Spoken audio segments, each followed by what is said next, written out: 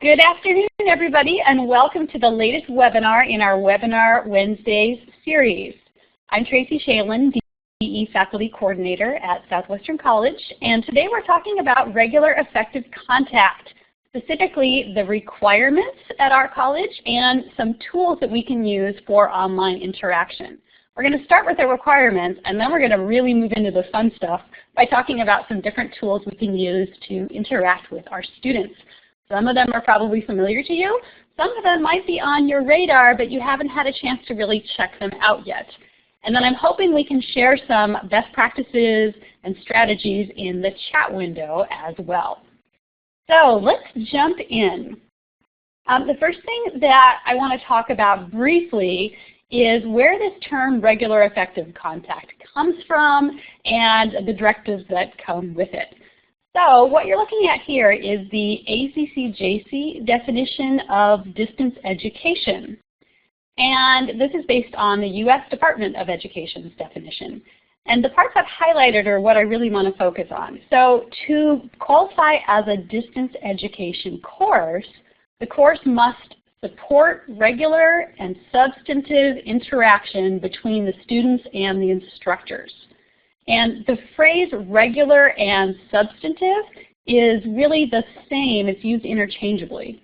It's really the same as regular and effective contact. They were just terms developed by two different entities. So regular and substantive interaction between the students and the instructors. And then in contrast, a correspondence course is defined as one that doesn't have that kind of interaction. Interaction between the instructor and the student is limited, is not happening regularly, and is not substantive. So they might be short little updates about when things are due, for example, but there isn't any substantial discussion of course concepts happening in a correspondence course. And the other thing is it is primarily initiated by the student. So if a student has a question, that's when interaction will begin, but it's not built into the course. So distance education courses are funded very differently than correspondence courses. And institutions that have had a problem with their DE courses not meeting this definition have actually had to return to the federal government millions of dollars that they took for offering distance education courses when actually they were offering correspondence courses. So this ties in directly with financial aid that students receive for taking courses.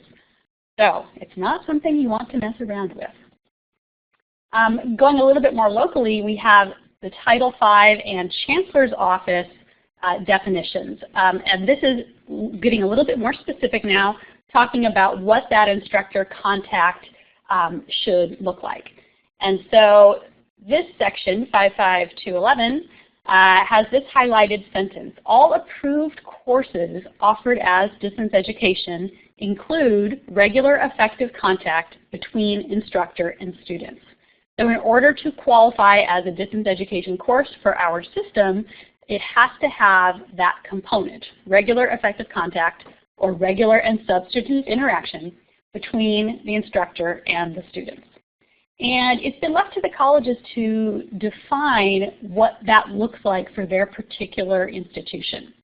As you may recall, we recently got an accreditation recommendation about this. And so we have done lots of work at our campus to make regular effective contact a more integral part of our classes so that they qualify as distance education, not as correspondence courses.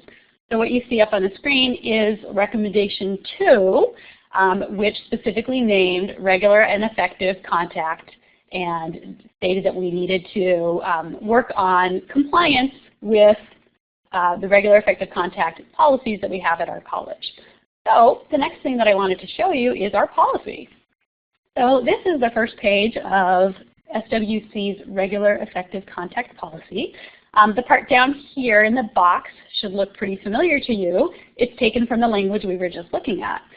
So any portion of a course conducted through distance education includes regular effective contact, also known as regular and substantive interaction. And then it gives some examples. And then our policy gets a little bit more specific in terms of what that would look like in our courses. So if you were to turn the page of our policy, you would find the types of contact section. And so these are the ways that instructors can provide regular effective contact at our college. I've boxed the first 4 because these are the big ones.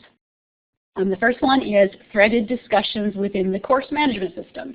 This is by far the most common way of delivering regular effective contact.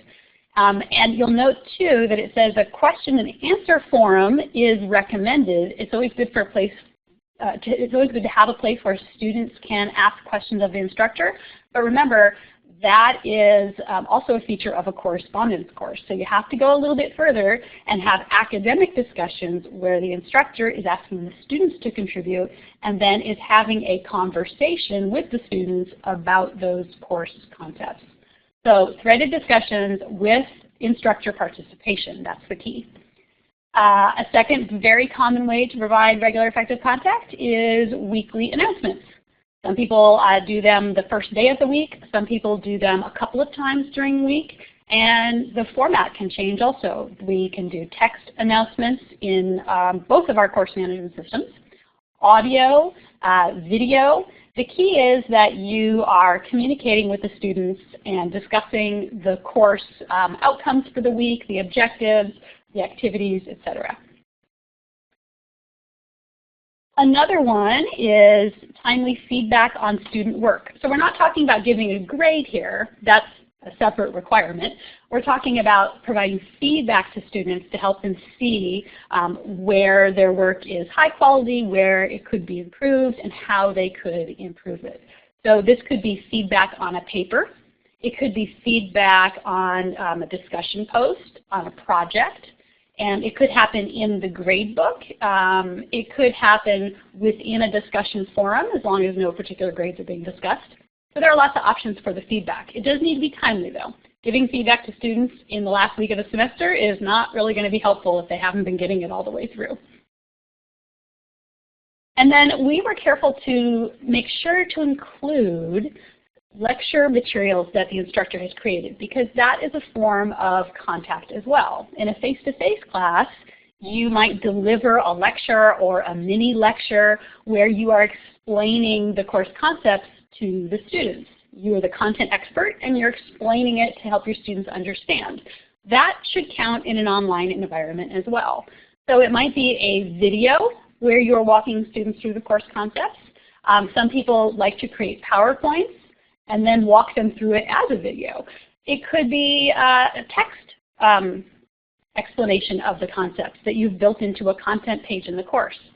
Maybe it's a chart or a graph or an Excel file that you are explaining. It depends on your topic. But the key thing is that these are lecture materials that you are delivering to your students in an online environment. And a quick note there about publisher materials, those are not instructor created. Those are considered an extension of the textbook. And a lot of us do use a textbook in our class and maybe publisher flashcards or other materials to go along with it. But that's not considered instructor created lecture materials because, well, the instructor didn't create it. So when we're talking about regular effective contact, we're talking about things that the instructor has developed to teach the students. So those are the big 4, but there are some other ones down here as well. They may or may not be things that you would use in your particular course, but you'll see that review sessions, study sessions, field trips, contact by telephone, chat, email are included, as is video conferencing. So those of you who are using Zoom can find that would fit in here. Keep in mind though, we're not talking about office hours. That's a different requirement. We're talking about study sessions, for example, that are built into the course. Or if you have conferences with your students that are part of, say, week 4, then you might use video conferencing for those conferences, and that would be considered providing regular effective contact. One quick note about the email, telephone, and chat.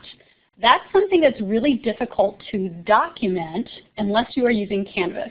If you're having your students contact you via the inbox in Canvas, then somebody who is looking at your course can see that regular effective contact within there. If you are still in Blackboard, any emailing that you do or messaging within Blackboard is not visible to anyone who is coming into the course. And so you would not be able to establish you're providing regular effective contact unless you did some outside documenting and presented it to somebody. Okay, so, whoops, I think we skipped a slide there. There we go. So let's take a little break here. We've been talking a lot about the requirements and our college policy. Let's talk a little bit about more practical terms like on the ground in your course, okay, or in cyberspace in your course. Why do we have these requirements? They're really a good thing. Imagine if we had classes where the students didn't ever get to interact with their instructor. Think about, just for a minute, your class, how your students benefit from being able to work with you. And let's just type some ideas into the chat here. Why is this regular interaction so important in an online course? Regulations and requirements aside, in terms of just good teaching and effective learning environments, why? Why is regular effective contact getting so much attention? JD says it keeps the students motivated. Joe says it keeps them engaged. And in a timely manner is interesting. Because they see that we're having these regular interactions with them, it does keep them on a time schedule, as opposed to a correspondence course, which is usually self-paced. So students can do things whenever they want to. There's no sense of a group of people learning together. So yeah, that's a great point. Felicity says all of the above. And I think somebody was saying all of the above when we were looking at that list of possibilities in our college policy. So yeah, when we think about, I'm going to flip back there for just a second. When we think about these, they're not designed to be used in isolation. They really do work together. And so it's kind of nice to think about how these can work as a team of techniques to help our students. So I think most of us probably use some, if not all of these, and we do that throughout the week. Okay, so let's see. Yeah, it lets students know that they're working with a real person and not a robot. I don't know if any of you have gotten some emails that seem to suggest that they think we're a computer when they expect that we might be up at 3 o'clock in the morning to instantly answer their emails. This does remind them that we are humans, that we are working at a specific college with this specific group of students, and that it's not just a course that has been prepared ahead of time and put on autopilot. Definitely agree with that. So I wanted to bring in what the research says about this, just to show you that you're on the right track here. So this is from the 2013 Distance Education Report that was published by the Chancellor's Office. And this is one of my favorite sections of that report because it is actually a mega report of 20 different studies, and they looked at common factors that emerged as keys to persistence. So what are the things that motivated students to carry on, to continue, to finish the course, even in the face of challenges? And so take a look at these top 5 factors that revealed themselves across those 20 studies. One is satisfaction with online learning. And I think regular effective contact plays a huge role there, because if it feels like an actual learning environment, you're going to have much greater student satisfaction. If it feels like there's somebody there who's working with you, who cares about your success, that has a big impact. Also, number 2 is a sense of belonging to a learning community. You don't get that if you're just reading a textbook and submitting a quiz, right? You don't feel like you actually have anyone else in the class with you. And developing regular discussions, maybe group activities, that does give people a sense that there are others in the class who are working with them. Peer and family support is an interesting one. I'm not sure how much we can directly impact that in terms of the family, but we certainly can in terms of the peer. So if your icebreaker discussion asks students what their career goals are, what their major is, they can start to find other people in the class to connect with and start developing a peer support network. Time management skills, we know how important those are, right? And I suppose that regular instructor involvement in the class can inspire people to keep on top of their time management skills. I know a lot of instructors use announcements to encourage good time management skills. And then, of course, the last one, increased communication with the instructor. Students who feel like they can work with their instructor, they regularly interact with their instructor, are going to feel more motivated to succeed, and they actually are more likely to persist in the class. So if you think about how much of what you see here ties in with interaction with our students, you can see why this is so important to our Chancellor's office, to the state, to the federal government, to the accreditation body, and to us too, because it clearly is important to our students. And speaking of our students, I just wanted to share this with you. I like to give my students surveys to see what their perspective is. And on this particular issue, I thought I would show you that, that students agree with what we have been talking about and what those studies have shown. This is just a group of my students. This was a collection of, I believe it was three sections worth of student feedback. And when asked what they valued most in their online courses, the larger text is a word that came up more often. The smaller text is something that came up less often. So as you can see, the big things that students were mentioning when they answered this question were interaction, feedback, and organization. Those were the words that came up more than any others in their answers. And these were free-form answers. So interaction is the biggest one. So that's what they valued the most in their classes. So, okay, we know it's important. We know students really benefit from it. We know that they're asking for it. How do we provide it? So I know that you already are providing this, and what I'm hoping is to give you a few more things to think about with some methods you're already using, and then hopefully give you a few new methods to consider going forward. So here are some common ways that we provide regular effective contact at our college. We meet with our students in online discussions. We talk about course concepts. We answer questions that students might have. A lot of times we ask questions too. So a student will post an idea and we'll ask a leading question that gets other students involved in that discussion. We post announcements as well, give feedback on student work, and provide online lectures. And I think this last one is an area that a lot of people are really actively working on right now in terms of updating their lectures, the format most of all. As we move to Canvas, we have so many new opportunities to share information with students. We have a lot more options in terms of graphics and video, and so this is an area I think a lot of people are working on. So let's talk about a couple of these areas. The first one I wanted to spotlight today was discussions, and particularly discussions in Canvas, our new course management system. And discussions really are pretty similar from system to system, but there are some features that we can talk about specifically in Canvas that might be interesting. All right, so first thing when we're thinking about discussions and we're thinking about best practices for discussions, I think one of the really important things is how you set it up for interaction. So I'm sure you have been in the position that I have been in before, where you create a discussion topic that you think is great, and the student response is really flat. You could tell they don't really want to talk about the topic, they don't have a lot of depth to their answers, and it just really fell flat. And so if you've had that experience, you've probably looked back at how you wrote the prompt and tried to figure out why it wasn't that successful. And I think one of the answers there is how interesting it is to students. So if it's a topic that really grabs their attention, they're more likely to spend some time thinking about it and then spend some time writing about it. So even if the topic might not naturally be interesting to students, if you can craft it so that they have a personal connection to it, so maybe you ask them for examples of how they've seen this theory in place in their lives. Then you're asking them really to talk about their lives, which are very interesting to them, but you're asking them to analyze their experiences in terms of these new course concepts. So finding a way to make it interesting to the students, I think, is a big help.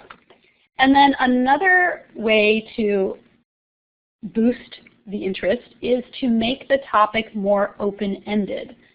So it's not something that they can just go to page 32 of their book and find the answer and type it in, which is boring. and repetitive, but it's applying the concepts to a situation. So it could be their personal life or experiences. It could be a case study you've provided and you're asking them to apply the concepts to that case study. There are lots of ways that you can kind of infuse that open-ended creativity into the topic. But by doing that, you're helping all the answers to be unique and individual versus, everyone saying what was on page 38 in pretty much the same way, which is, not very interesting to read. So I think creating something that's interesting and open-ended is going to be a really good help in getting that discussion going. And then the second part of it is your role in that discussion. So if students feel like it's always them talking about the concepts and you've left the room, well, they're probably not going to discuss those concepts in as much depth, right? Think about a face-to-face class. If you have your students discuss a topic and then you walk out of the room physically, if you come back in 20 minutes later, are they still talking about that topic? Or have they moved on to what they're doing this weekend? Yeah. So you just knowing that you're in the room and that you are coming over and listening to what they have to say and you're interested in it and you ask a few follow-up questions is enough to keep those face-to-face students focused and on track. Same thing in an online environment. If you can hop over from one little discussion to another in your discussion area, if you can ask a leading question here, if you can compliment somebody over there, if you can redirect for the conversation that's getting off track, that shows that you're present for the discussion and that you're involved, and it keeps everybody on track. So think about how you can do what you already do in a face-to-face class with an online discussion. That same idea of asking those leading questions, of not providing the answer and shutting down the discussion, but getting them to extend it and think about maybe a few new directions for the ideas they're discussing. That's what you want to do with those hosts that are replying and joining in those conversations. And that kind of leads to this last one here. You also don't want to dominate it, right? Because if you dominate, if you respond to every single student post in that discussion, then those students are really writing to you, not to their classmates. So you definitely don't want to answer every single post. You'll be exhausted, but you also will be kind of working against the idea of a group discussion because you're the one who's in there responding to every single one. So, like we were discussing a minute ago, just kind of circulate among the threads. Drop in on a few conversations here and there, give some guidance, and then let them keep talking. I'm looking over here at the chat window. Joe says he tries to capture something topical that's tied to the week's chapter. So yeah, something in the real world that what they are learning about could help them understand differently is going to be really powerful to students. And of course, really interesting for us as well to see what they develop. And then in terms of not just setting up the discussion and not participating in it, but also in using it as a teaching tool, there are a couple of helpful things to keep in mind. One of them is that you have really clear expectations for performance in this discussion. And then the second one is that you model those expectations in your own posts. So I think these two parts are really going to help students achieve the level of dialogue that you want them to reach, the level of critical thinking. It could be the level of writing, depending on the course. And then modeling it for them gives them examples that they can base theirs off of. So what I mean by the clear expectations has to do with the discussion itself and maybe even going back to the syllabus. So one thing that you should have in your course, if you're going to have discussions, which you are, is a netiquette policy. So a netiquette policy is a short form of internet etiquette. And a netiquette policy is going to set up for your students what kind of language is and is not appropriate, what kind of tone is and is not appropriate. And then if you do have a student who steps outside of those bounds, you have a syllabus policy to fall back on to explain why that's not acceptable. So having a netiquette policy is going to be really important. I'll show you a couple of examples in just a minute. Having a discussion rubric is another great idea because it shows students what the criteria are for that discussion. And you can use it when you're grading the discussion too. And then a final thing to consider is to provide examples of what strong discussion posts look like, especially early in the semester, so that they can use those as models. So let's break this down a little bit. Here is an example of a Netiquette policy in the syllabus.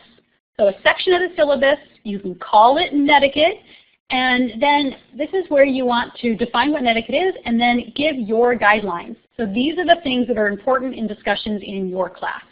Some of these are pretty common in Netiquette policies, and then some of them you might want to customize to your class. So for example, in this one of them is to participate. It's really important how you participate. We don't want you to dominate. We don't want you to have too many posts. We don't want you to have too few posts either. We want you to be part of a conversation. Number 2, remember the human is a phrase that reminds students not to be trolls.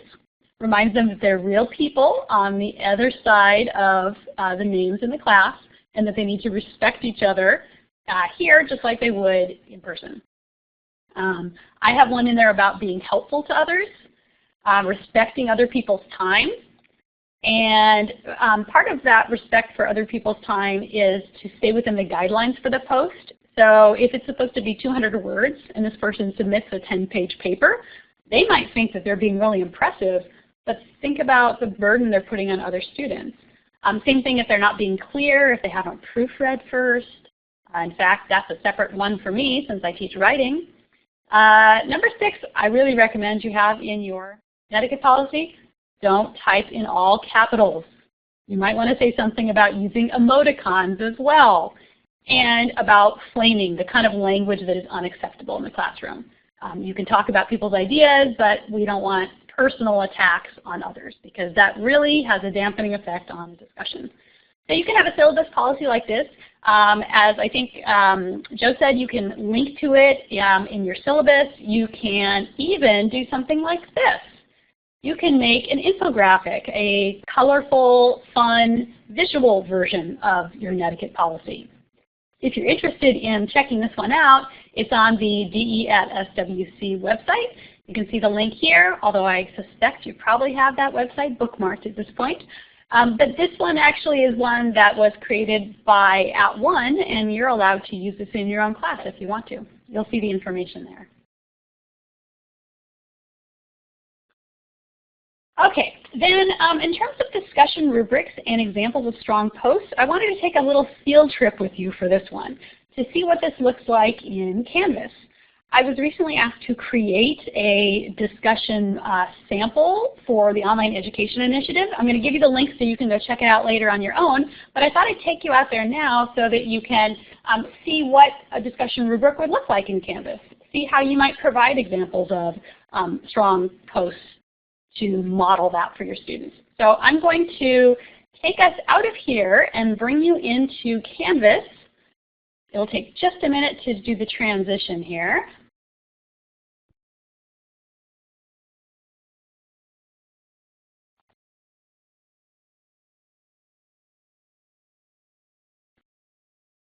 Okay, so at this point, you should see a Canvas page with a purple banner that says Modernism on it. If you don't see it, let me know in the chat window. This is an example of a discussion. It has an introduction. It has some instructions. You'll see up here it has when the first post is due and when the responses to fellow students are due. And then I'm going to scroll down a little bit.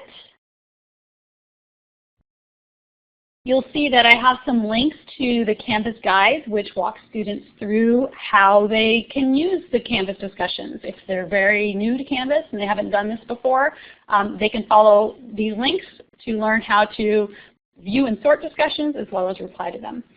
And then underneath that is the grading rubric.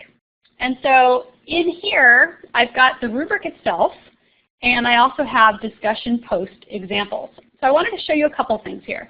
The first thing is I have the rubric right here within the discussion assignment, but I also have a link to a bigger version of it here.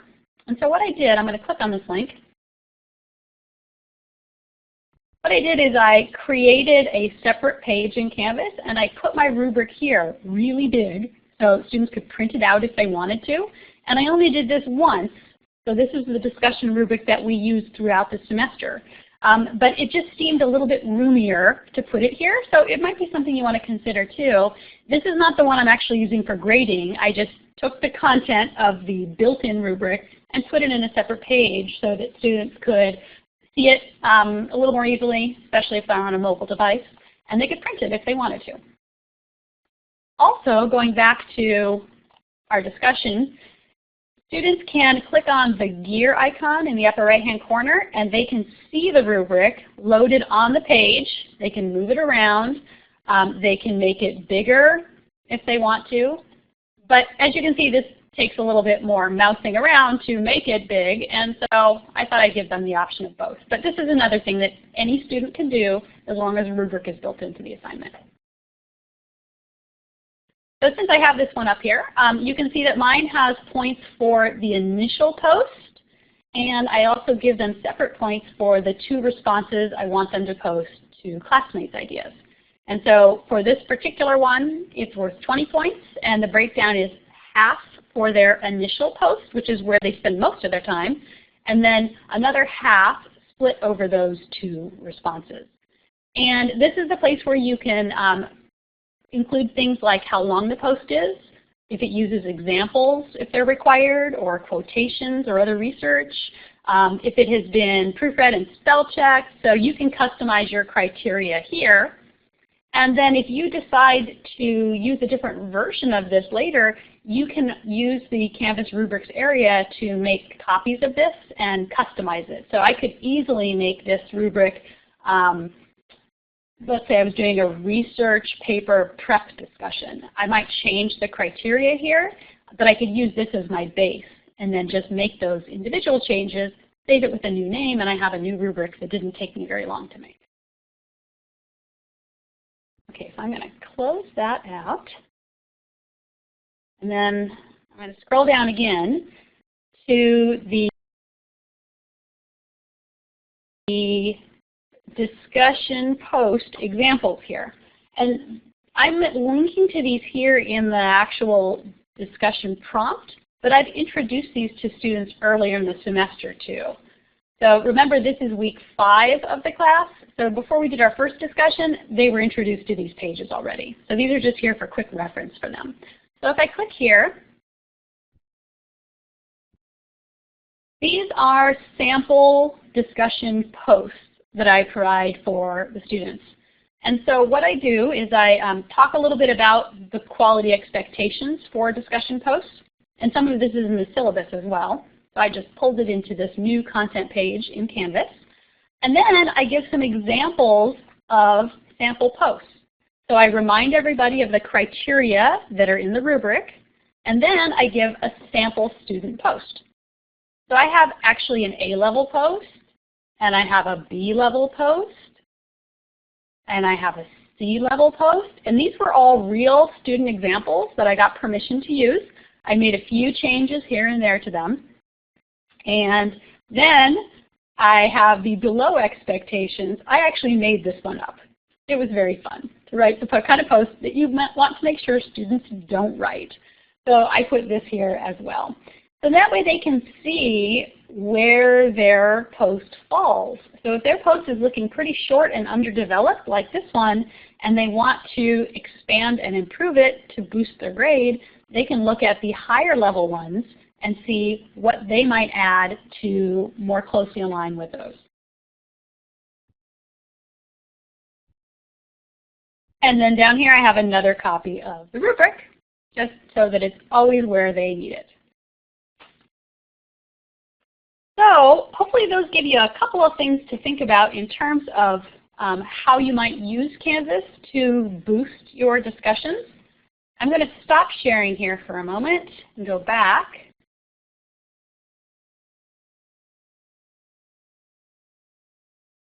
Okay, let me know quickly in the chat if you are back here. And hopefully those audio issues have resolved themselves as well. I wanted to let you know that if you would like a copy of that structure that I just showed you in Canvas, part of what I did for the OEI is I created a resource packet that is downloadable.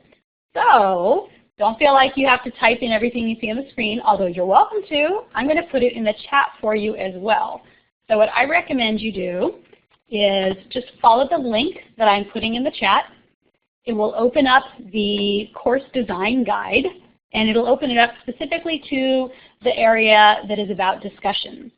And when you get there, you will see, I'm actually going to screen share again to show it to you.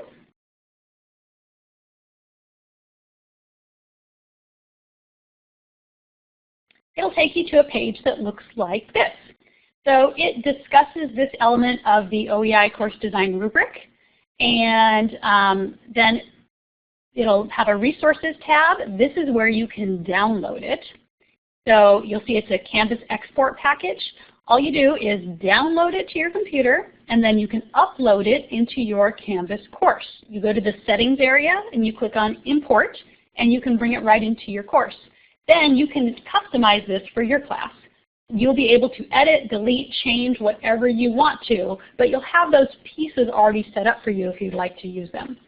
And I also have a video here that walks through how that is being used. So it's a lot of what we just talked about right now, but maybe a few additional points. So you might want to watch that. It's a 3-minute video. And then once you have downloaded this, when you go into your Canvas course, you will go to the settings area, and you will import content into this course. You will say, I want to bring in a Canvas course export package, and then you just find the file and you click on import. It'll take just a couple minutes and you'll see it in your class. And you can do that, of course, in several classes if you want to. And you can do that with your own classes too. So if you customize this for you and your types of assignments and your class, then you can bring that into other Canvas courses of your own using a similar process if you'd like to. So it's all yours if you'd like it. Feel free to play around with it and adjust it however you'd like to. And one last thing about discussions, a few time savers to think about. Because we are interacting with our students often weekly in a course, you probably have found yourself answering the same question several times, right? Of course, we're teachers, we answer the same question all the time. So keep track of those answers. If there's a question that often comes up, keep the answer in a little Word file or a Google Doc. And then when someone else asks a similar question, you can update what you answered before to the current question, and it'll just save you a little bit of time. For common issues that students have or things that they're worried about, you can save those answers.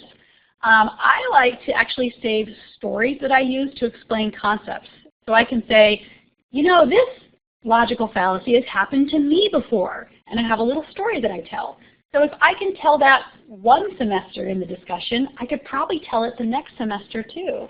So I invest the time into telling my story in detail, and then I save that so that I can adapt and reuse it next time. And then recommendations for further reading is another thing that sometimes it's nice to have saved. So if you're linking to a book that you like to recommend or a video that students might want to watch, having that at your fingertips is nice. We talked a little bit about rubrics. Some of the benefits of rubrics, students can see the criteria before they even start thinking about their answer, and that's going to probably lead to better answers. It also leads to reduced questions about how you are grading discussions because they can see the criteria. And once it's graded, they can really clearly see their strengths and their weaknesses. Because in Canvas, when you grade it, you click the boxes and they see which boxes you selected, and they can tell where they're doing well and where they need to work. So, of course, that's all is going to really improve the quality of discussions from the beginning. And that reduces the amount of time you have to spend telling students what they should be doing in their discussion posts, because they start doing it already once they have a rubric. Okay, so I wanted to talk for a couple minutes about VoiceThread because this is one of the newer options we have for interaction with our students. And I think most of the people in our group today are very familiar with VoiceThread. If you are watching the archive and you have not seen it yet, VoiceThread is a multimedia discussion tool. You can upload anything you want into this central space here. This is a PowerPoint slide that you see. I also could upload an image or a document. I could put a sample paper up here. I could even put a video here that students could watch. Then you have a discussion around that central media along the side. So here's an example of me. There's my little avatar there.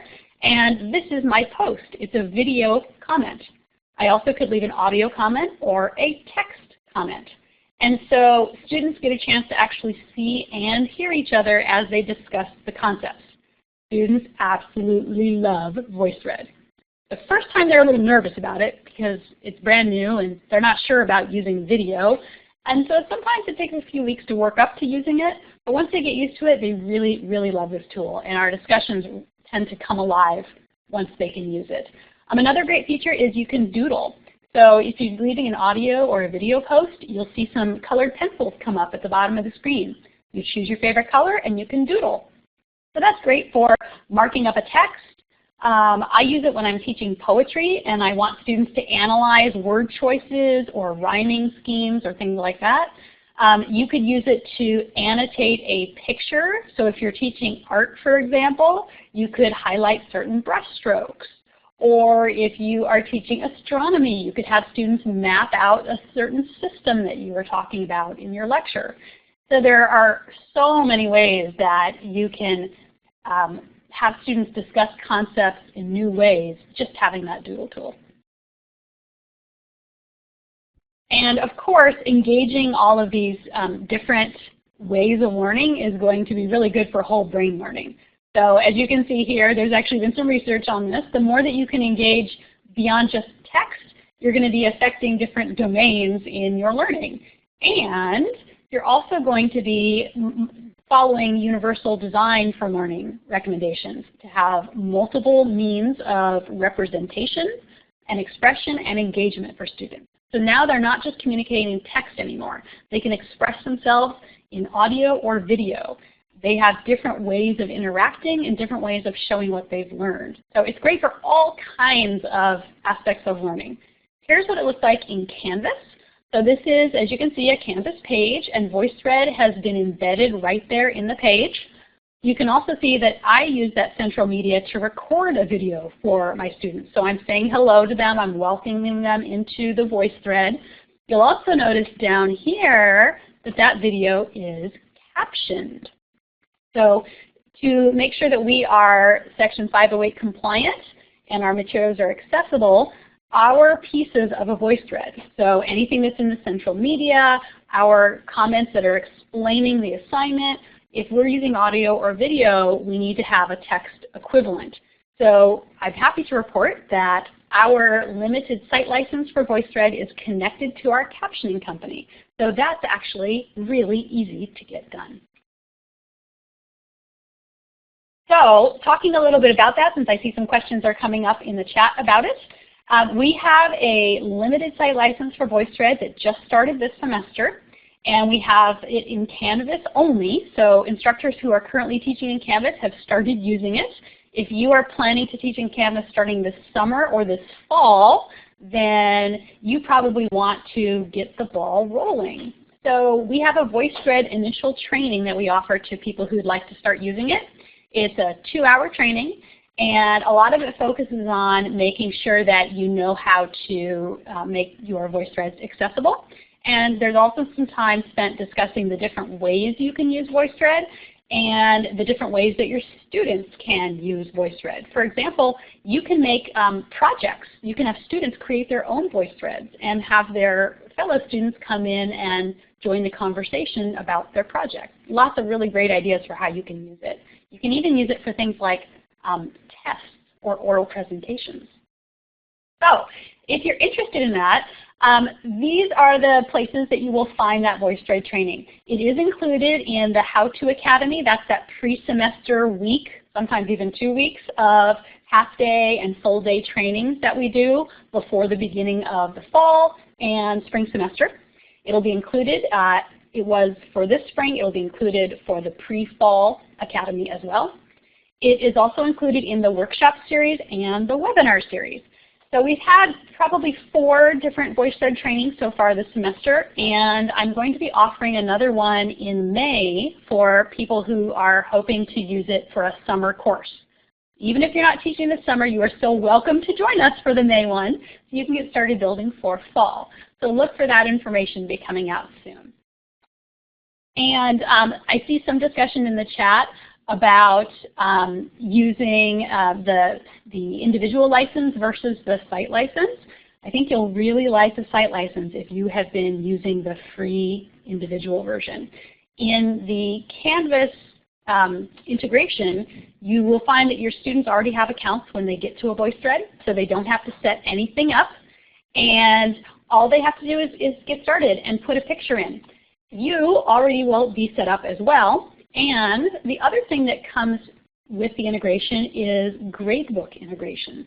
So you'll be able to grade the VoiceThread and have it connect automatically with your gradebook. So I think that you'll find it has lots of great features. Another one that those of you using the free account will appreciate is you can make an unlimited number of VoiceThreads. So with a free account, you are limited to a handful. With the pro accounts that we all get as part of our site license, there are no limitations on how many you can make. So you can go crazy. And Joe, yours will actually be converted to a site license once you go through the training, and I'll walk you through how to do it. In terms of how that training will be offered, the one that we're offering in May will be an online training. The ones that are in the How-To Academy and the workshop series are face-to-face. The webinar, of course, is online, and the May one will be online as well. So we can reach the most number of people possible. All right, we have a couple minutes left. I wanted to talk about some other fun tools that you can use. VoiceThread is a big one, and you might find that just playing around with VoiceThread is enough to make you happy and keep you busy for the next semester or two. But there are some other fun tools just to keep in mind as you are building your courses in Canvas. One of them is Padlet. If you have been through DEF, you have used Padlet. If you haven't yet, you will get to know it. It basically is a piece of digital notebook paper where students can click in wherever they'd like to on the page and leave a little Post-it note. That Post-it note can be text. It could be a video that they record with their webcam. It could be an image that they upload. There are lots of different options there, and it's a great way to collect examples or to collect questions that students might have. Padlet is not good for threaded discussions because you'll run out of room quickly with a bunch of Post-it notes on the page. But it is great for a situation where you want students to each contribute perhaps one thing. Another possibility that makes sense, especially if you're in Canvas because there is Google Doc integration, is a collaborative Google Doc or a collaborative Google slideshow where you give each student their own slide to design where they would give an example of a course concept, for example. Collaborative Google Docs let people respond to questions you set up or provide resources. Maybe you're developing a list of websites that tie in with the topic you're teaching and you want people to go into the Google Doc and share a link to one of the pages that they found. Lots and lots of uses for that. And there actually is a collaboration feature in Canvas that gives everybody quick access.